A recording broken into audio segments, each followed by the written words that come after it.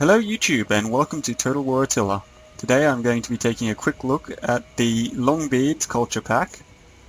It was released yesterday for Total War Attila as DLC, and it added 3 factions to the game: the Lombards, the Alamans and the Burgundians. Now, I don't know a great deal about any of these factions, next to nothing really, but figured I'd cover it all for you anyway. So the Longbeards pack is presumably named mostly after the Lombards. Their name's from Longbeards, Germanic root, hence why it sounds similar to English words. A lot of our words come from German words, old German words, and the rest that don't tend to come from Latin. But yeah, Lombards, Longbeards. Now these guys they're also known, the Lombards are actually also the Lombards, which is the name you probably know them under if you have heard of them before. So the Lombards were Germanic people settled presumably there in the middle of Germany. Pretty sure that's the Rhine River there. And eventually they moved down and settled into Italy and forming Lombardy and so forth. So Italy, the fall of Rome the decline of Rome had been happening. The Huns had been pushing all the wandering Germans westward, and eventually some of them crushed Italy. I think it was the Vandals first, then one of the Goths came through, both sacked Italy and the central Italian cities, but just left again, and the Goths went on to Spain, the Vandals onto North Africa. But the Lombards, after seeing weakened Italy, decided to just go down there and stay. So they went down, conquered the already ravaged Italy, and set themselves up as the lords over them, forming various counties and not really having much to do with each other. They weren't very united, and owning all of Italy for a while there before eventually by this time, massive Frankish kingdom just absorbed them. See, the Franks formed the greatest kingdom really out of this whole barbarian fall of Rome crisis, conquering into all of France and Germany as well. They conquered back into Germany and were from Germany to begin with, and eventually even Italy, though they didn't have much control over it, barring the northern part, because the Lombards didn't have much control over it, barring the other part. So absorbing the Lombards in only got a couple of their counts, I think that's the term, or dukes. One of those terms is the one they used for it. But yeah, Franks conquered pretty much all Western Europe at one point. I think it was its greatest extent under Charlemagne. Then eventually they broke up into France, Germany. Broke up into France, the multitude of German states, and the multitude of Italian states. Even France I don't think was that united until quite recently. It was a united country, I think, but until about 19th century its culture was still very different. Might even still be today, I don't really know. But anyway, that's the Lombards. They all have the new kingdoms. They're part of the barbarian kingdoms culture up here, so they convert enemy buildings quicker. Simulating, I guess, the idea that these people came in and formed their own kingdoms a lot of the time in the image of Rome, the German empires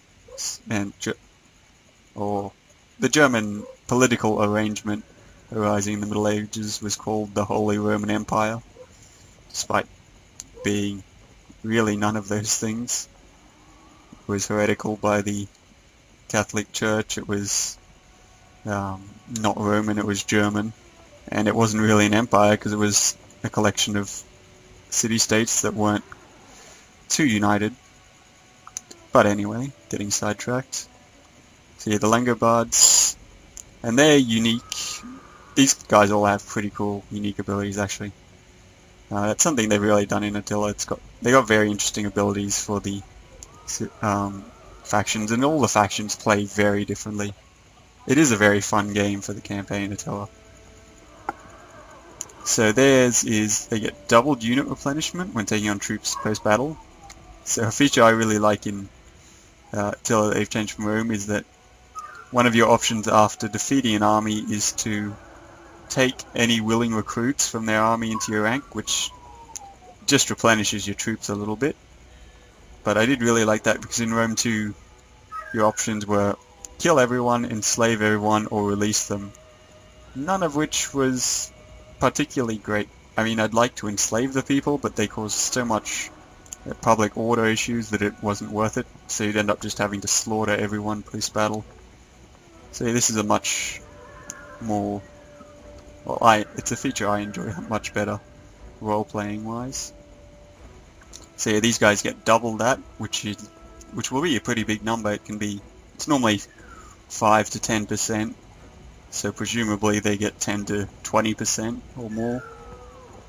So you'll be healing quite a lot of your unit after a battle, which will allow them to be pretty constant with their army movement and invasion.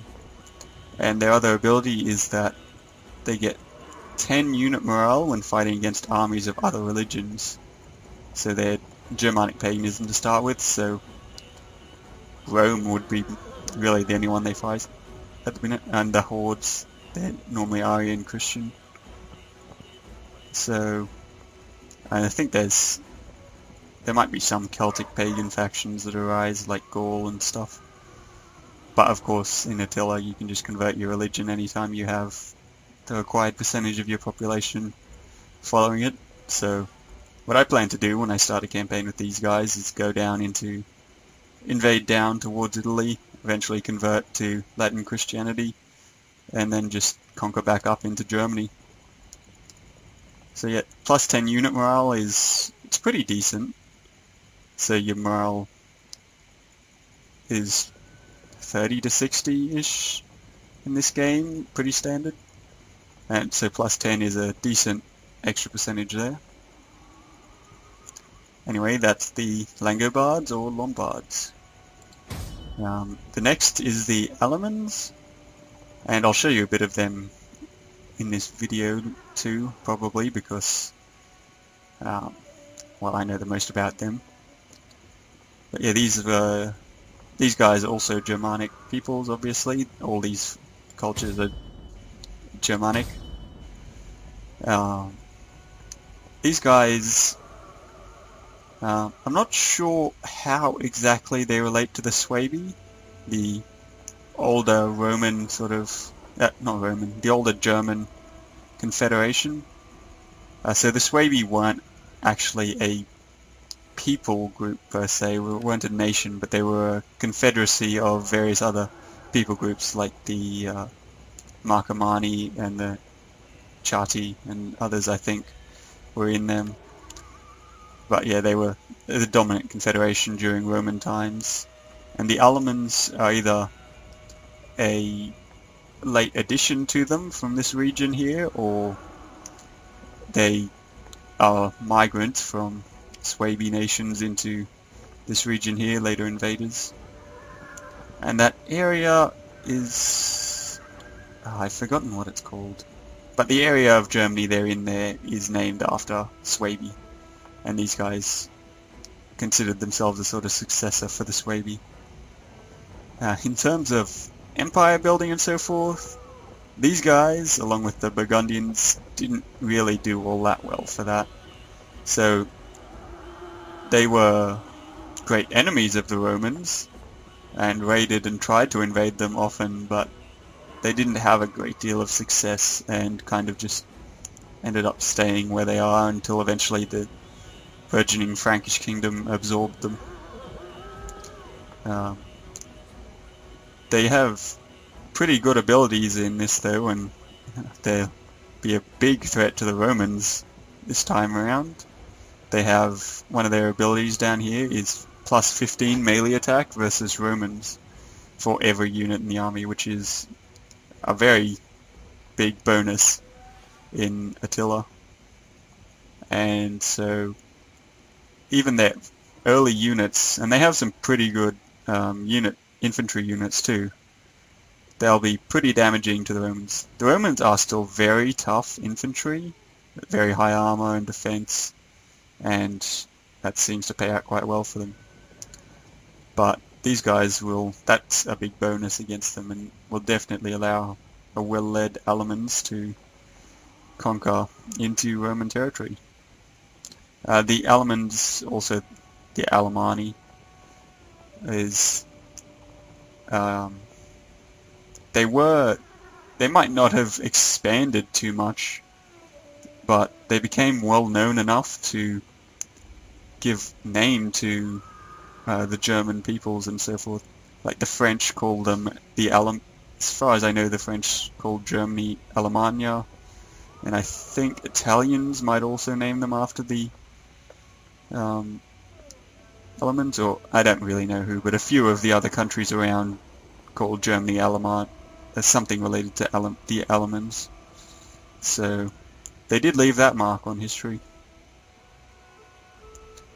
Their other bonus as well is that they get a 50% bonus to the radius of the general, which in Attila is actually pretty important, because the generals have a small radius of encouragement on the unit's morale, and most of especially the early barbarian units really need it. Morale is pretty shaky. Anyway, onto the Burgundians, a people who I know pretty much nothing about. So, from what I've read in this little information and elsewhere, they came from sort of up here in Scandinavia. They were on little islands, eventually settling here. And they were a different sort of Germans to the other Germans. They were an Eastern Germanic people, so and they were from Scandinavia, though it's thought a lot of the German peoples were, and were sort of moving down quite constantly. But they were similar but different to the other Germans. Came from up here, and obviously I don't know how much truth this is, but in this game they have a focus on their skirmishes and this little barbed spear here. They have barbed skirmishes and various other very interesting skirmish units that probably make them pretty interesting to play, and probably makes them the strongest skirmish faction in the game at the moment. Their ability is pretty cool too. They have plus 10% unit replenishment, so your units will take men on quicker. Now I'm not sure if that's plus 10% of the replenishment they normally have, or if it's just a plus 10% of the unit heal, all the heals whenever the unit's going to replenish. I haven't played them, so don't know that yet. But either way, having your armies get back to full strength is pretty cool. Full strength faster. And they get plus 15 food for regions with poor fertility, which means that they'll actually probably do pretty good staying up here in the freezing north and conquering the regions there and expanding out into the Russian and Lithuanian and various other, whatever modern countries are at in this little block here, and into those steppe areas. Alright, now might show you some of these units in a custom battle, just as that's a better way to show them off. So, Alamans, oh cool, remember, I've got to give them an opponent. Western Rome will do, should be given an army. So yeah, they have some pretty interesting units too. This is a pretty cool culture pack, I reckon, faction-wise. It's a bit more fleshed out than the Viking forefathers. I mean, those guys are fun, but there's not a great deal of new units. most of them are just Nordic levy and so forth. Well, not Nordic levy, but they were just standard Nordic troops. Now I've got to remember which guys these actually are. I think these are the Longbeards. Yep. So they have this Horsehewers unit, which is a light, fast melee troop designed to catch and kill horses. Now I think the basis for these guys is from older... He's got a pig. There's pigs here, that's weird, there must be wildlife. I thought the unit came with a pig then, that would be pretty cool. But yeah, these guys, I think they're from pictures of older Germanic troops that were found on one of the Roman Emperor's columns that showed various troops like this, including a class of troops that looked designed to take down cavalry. They were lightly armed, fast, well trained, and they had this curved blade like this designed to strike at the horse's legs or underbelly. And that's what these guys are in this game. They have a very big bonus versus horses. I think it's 40, and pretty good attack and damage aside from that, while being fast and fragile. They have the young wolves over here. The units are all mixed in. I'll just move my troops back. The young wolves, which are, I don't know if these were even still used in this time period, and I don't think they were too much used even earlier, but the whole idea of the Germans dressing in animal pelts to take on sort of the strength and ferocity of the animal and fighting pretty much naked apart from that to strike them down. It probably did happen, there's reports of it, and that is something that other sort of shamanistic cultures did. But in any case, they're a cool unit. They're pretty cheap and they scare the other people they're fighting. Horsehewers, clubmen. Now these guys, often this is how the Germans fought. Because unlike most of the other peoples around, Germany did not have many useful metals, didn't have much bronze, much iron.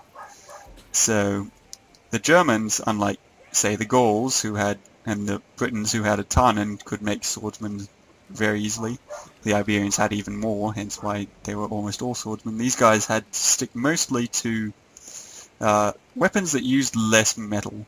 So wooden clubs obviously used none. Spears were very common because you only need a little bit for the head. And axes are also common. They use a bit more than a spear, but a lot less than a sword. So the Germans often relied on these simpler weapons of clubs and spears, and it's nice to finally see a German club unit in the game. These guys have a few varieties of them because of the tier system with varying degrees of armor.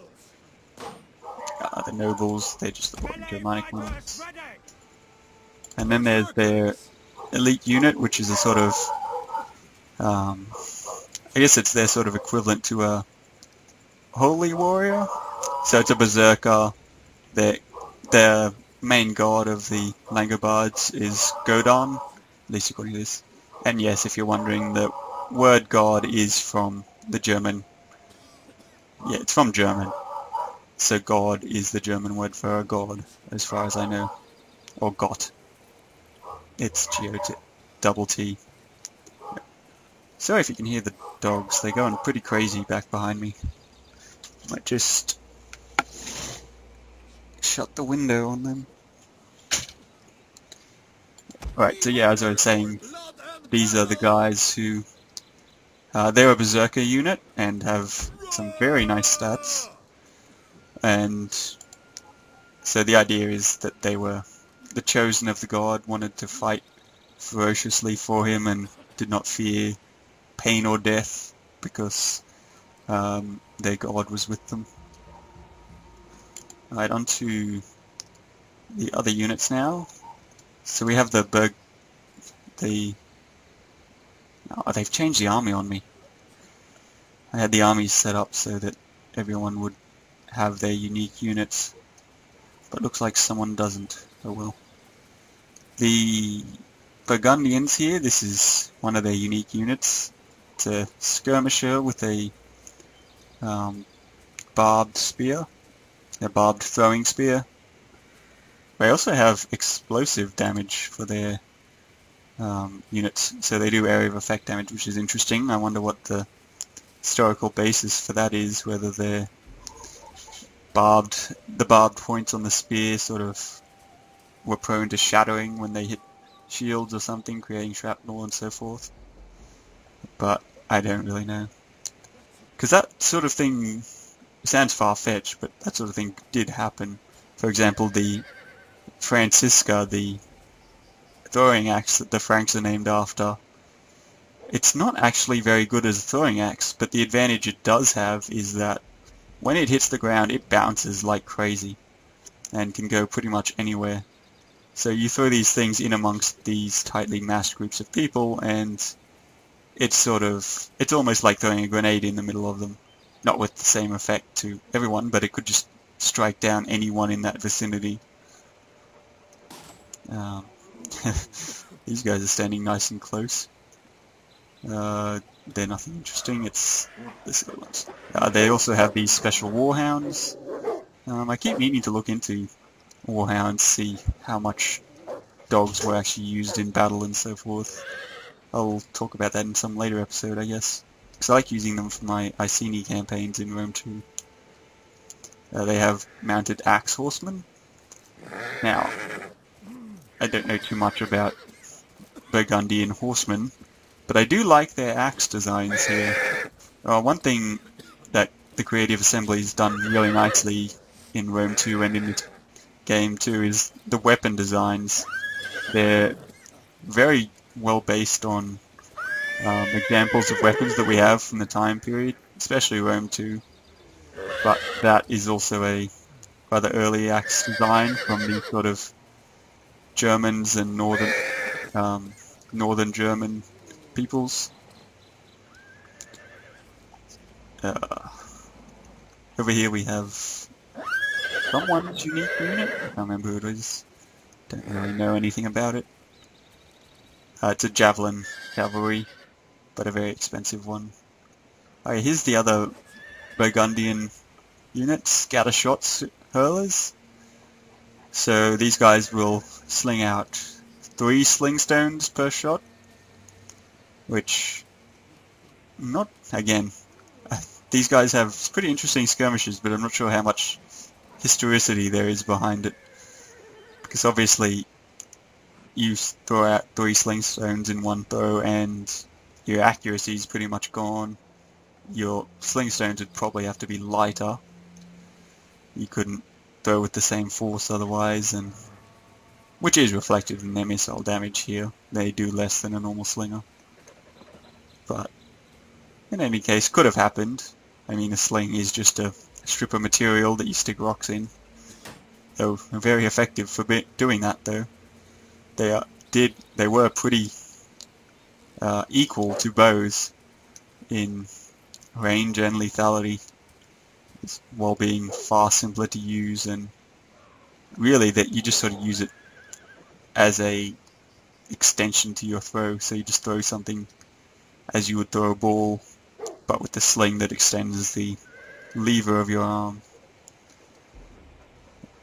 Or you can twirl it around like they do here for a bit extra force. Here's the other Alamani one of the other Alamani unique units. It's the jeweled nobles, which are basically the very rich aristocrats of the tribe who really like showing their wealth on their battle gear. Again, I'm not sure of the history. I do note that you do have very fancy and jeweled helmets and swords and all sort of things like that coming from at least the slightly later medieval periods, but it's also thought that they weren't actually battle weapons, it was just ceremonial stuff, because none of them are balanced right and wouldn't be very useful in battle. It's a shame. Oh, here, they do have some of their units, that's good. So this is the Alamani's main special unit. It's a unique spearman. The scavengers, so this is the highest tier one of them. But these guys reflect the fact that as the Germans did not have much of their own metal, though they did have the skill to work it and so forth, they would often just scavenge and raid and trade as well for the equipment from other peoples. So Roman equipment was very sought after amongst the Swabi tribes. The kings and the aristocrats would trade for it, and it was great prestige to have it. And even after, or even before, like there's discussion around the Teutoburg forest ambush, the Swabians under Arminius did against the legions under Varus, because the Romans were very heavily armoured, and the Swabi did not have many weapons that could deal with heavy legion armour. So it's thought that a lot of the Germans in that ambush had already been armed with Roman weapons. They'd scavenged from raids into Roman territory, or even their own, because obviously Arminius was a Roman army defector, and so would a lot of his troops have been. And these guys reflect that idea with their sort of mismatched... Actually, they all have matching helmets, which is kind of funny.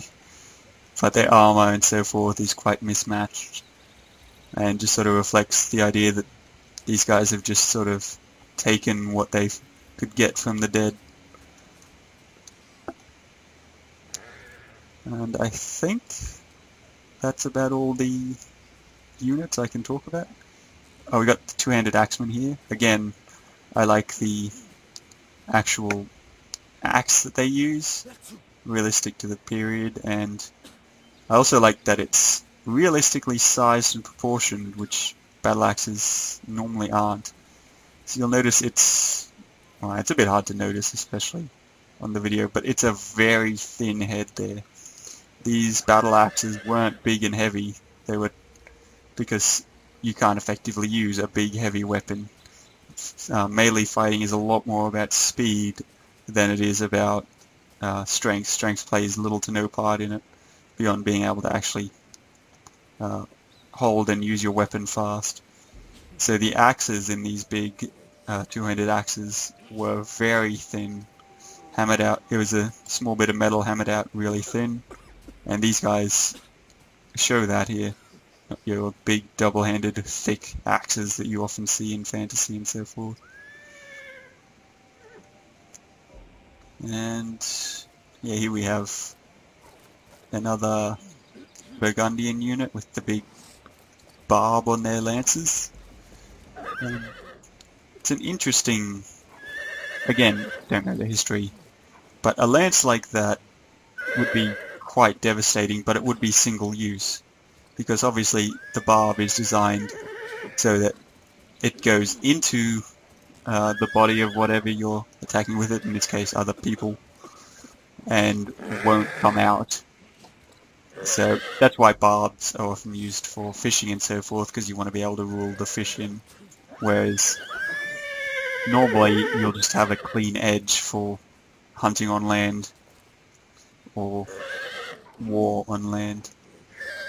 So I don't know if all the Burgundian spears have this, or if there was... Because lances often were not many uses anyway. They broke very quick because there's lots of forces travelling down a long lance from the horse and man charging at each other. So it wouldn't be too surprising. So it's not too much of a stretch for there to be a barbed lance. That would almost certainly kill the enemy or destroy their shield if they manage to block it. And I think that's all of them. So yeah, that's just a quick look at the Longbeards DLC, and just what I know off the top of my head about their units. Until next time.